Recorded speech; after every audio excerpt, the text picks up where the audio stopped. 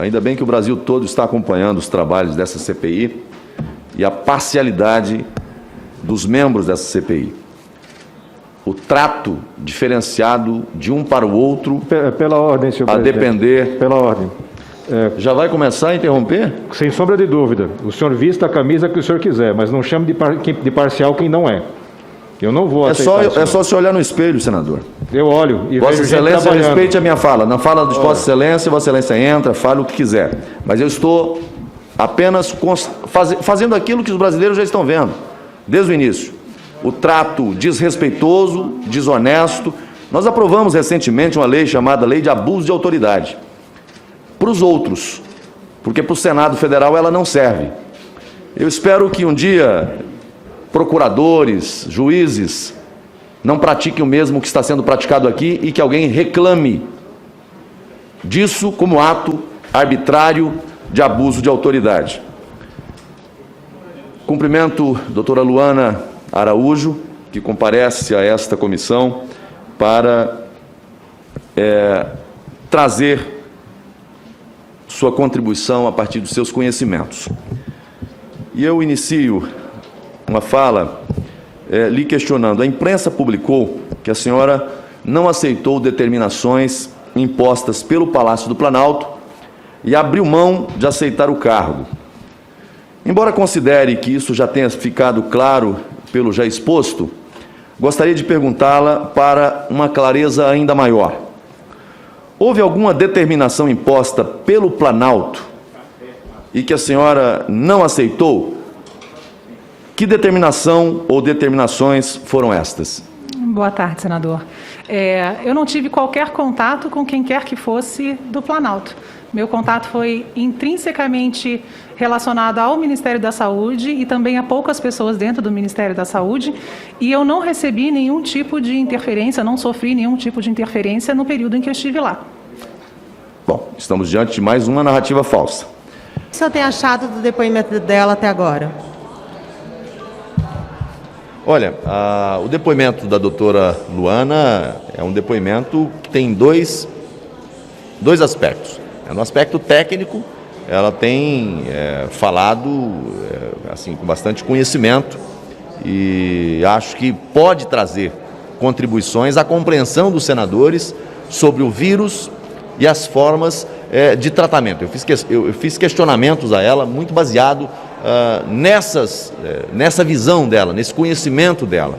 Agora, do ponto de vista do que a oposição está buscando retirar dela, do ponto de vista dos fatos ou das evidências que são o que devem ser buscados pela CPI para, ao final, produzir um relatório, não acho que ela tenha trazido qualquer evidência, qualquer prova que caracterize o cometimento de algum crime, de alguma conduta vedada por parte do governo. Eles ficam o tempo todo tentando fazer com que ela diga, olha, houve aqui uma intervenção política indevida, houve algum direcionamento, alguma orientação do governo. Ela não fez, e eu fiz questão de reforçar esse questionamento, ela fez questão de afastar essa hipótese. Ninguém sabe por que exatamente ela não foi nomeada, né? O que se vê ali são teorias, né? Agora, tratam a situação, né, da questão porque pode ter intervenção do governo, pode ter questões políticas, como se isso fosse algo criminoso, sabe? Isso é desconhecer, é fazer de conta que desconhece, porque todos ali conhecem muito bem, mas tergiversam a verdade, né? Como é que funciona a administração do município, do estado ou do próprio governo federal em relação à questão das nomeações? Repito, não se sabe a razão efetiva, final, que levou à não nomeação dela. Isso não está posto publicamente. Mas o que a oposição tenta fazer é criminalizar o ato administrativo que é discricionário. Então, nesse aspecto, repito, não há nenhum elemento novo, não há nenhuma evidência probatória que possa acrescentar aqui algo que venha no sentido de condenar o governo pela prática. Agora, com relação às afirmações técnicas, à luz da experiência médica dela, eu acho que nesse ponto, se as perguntas corretas forem feitas, ela tem muito a contribuir. Eu fiz algumas perguntas, gostaria até que ela continuasse falando, especialmente sobre a questão do vírus e sobre o protocolo de atendimento. Quando eu questionei a ela, olha, diante do que temos, qual o procedimento para o paciente em relação ao atendimento precoce, ao tratamento precoce, e definir o que é tratamento precoce, não é o profilático. Nós já temos a vacina para fazer a questão da prevenção, mas quando o paciente é acometido pela Covid-19, qual é o procedimento, o que oferecer para esse paciente? Ela deu a indicação de um protocolo, de uma intervenção medicamentosa, mas para uma fase um pouco mais adiante. E eu questionei, e com relação ao paciente que está desenvolvendo a doença, não trata? Porque em muitos casos, quando o paciente retarda a intervenção médica, ou com algum medicamento, com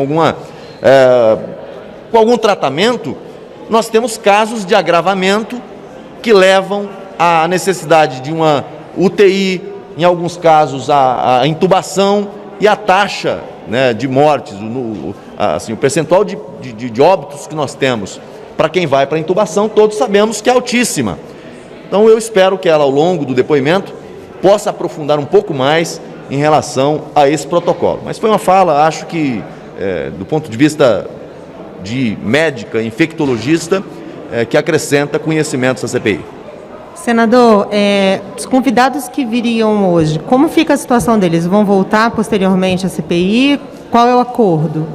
Olha, eu penso que, diante do que nós estamos ouvindo hoje da doutora Luana, isso se mostra ainda mais necessário trazer aqui outros especialistas, cientistas, para falar sobre protocolo de atendimento.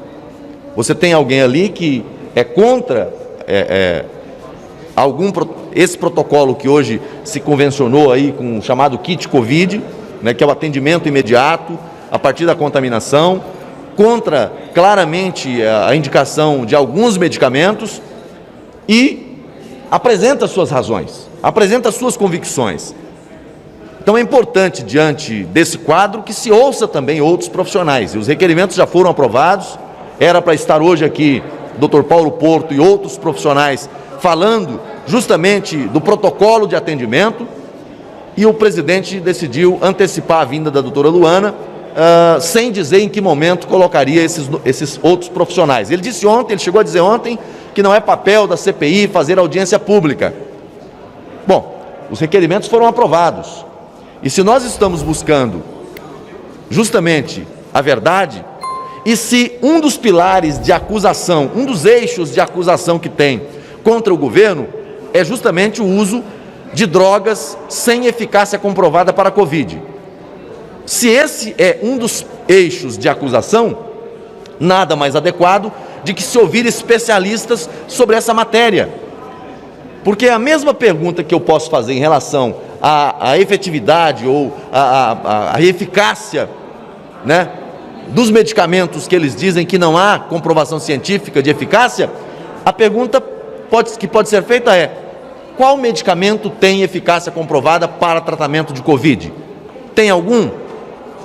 Então, ouvir especialistas traz luz ao conhecimento dos senadores e das pessoas que estão acompanhando a CPI. Eu espero que o presidente reconsidere e faça essa convocação, esse convite para estarem aqui. Por último, senador, qual a expectativa do Marcelo Queiroga vir aqui terça-feira? O senhor acha que vai trazer mais luz à CPI? Eu espero que o presidente da CPI tenha consciência do papel importante que o Ministério da Saúde está cumprindo nesse momento, quando avança com a vacinação, quando avança com as medidas de atendimento à população brasileira, e deixe o ministro da Saúde trabalhar. Que a CPI não sirva de obstáculo à ação legítima, necessária do Ministério da Saúde. Porque querer antecipar a vinda do ministro da Saúde à CPI nesse momento é um ato político e que gera ou que pode gerar mais prejuízos à sociedade. Não acho que seja adequado trazê-lo nesse momento. Veja, nós temos pela frente a oitiva dos governadores. Hoje nós tivemos operação da Polícia Federal no estado do Amazonas com a prisão do secretário de Saúde do estado, prisão de empresários acusados de envolvimento em atos de corrupção, desvios de verbas públicas destinadas à Covid. Como é que nós vamos fazer o ministro da Saúde parar a sua agenda de trabalho para vir à CPI? A CPI que virou um palanque político, a CPI que virou um palco de absurdos, a CPI que virou um lugar de horrores, de desrespeito, de maus tratos, de abuso de autoridade, de campanha do ódio, que foi o que nós vimos ontem aqui. Então, eu penso que antes de trazer de volta o ministro da Saúde, Marcelo Queiroga, deveríamos avançar com as apurações, com a busca das provas, das evidências em relação aos estados e municípios. Porque o que vai acontecer, se ele antecipar a vinda dele aqui, é que lá na frente nós teríamos que fatalmente, de repente, reconvocá-lo. Aí seria a terceira vez. Então, a minha ponderação, o meu conselho ao presidente é: deixe o ministro da Saúde trabalhar. Não atrapalhem o ministro da Saúde. Tudo que o ministro da Saúde, o Ministério e os brasileiros não precisam nesse momento é de que alguém retire ele do seu legítimo ofício, do seu trabalho, para fazer vir aqui, ficar como ficou da outra vez, um dia inteiro, respondendo as mesmas perguntas repetidas dezenas de vezes. Então, eu discordo peremptoriamente com a vinda antecipada do ministro da Saúde. Acho que essa vinda se faz necessária, mas num segundo momento, quando as investigações estiverem caminhando jamais para o seu final. Nesse momento, a vinda dele é pura politicagem e, infelizmente, representa aí prejuízo ao trabalho que ele vem fazendo pelo Brasil e pelos brasileiros. Obrigada, senador. Ok. Mais alguém? Obrigado.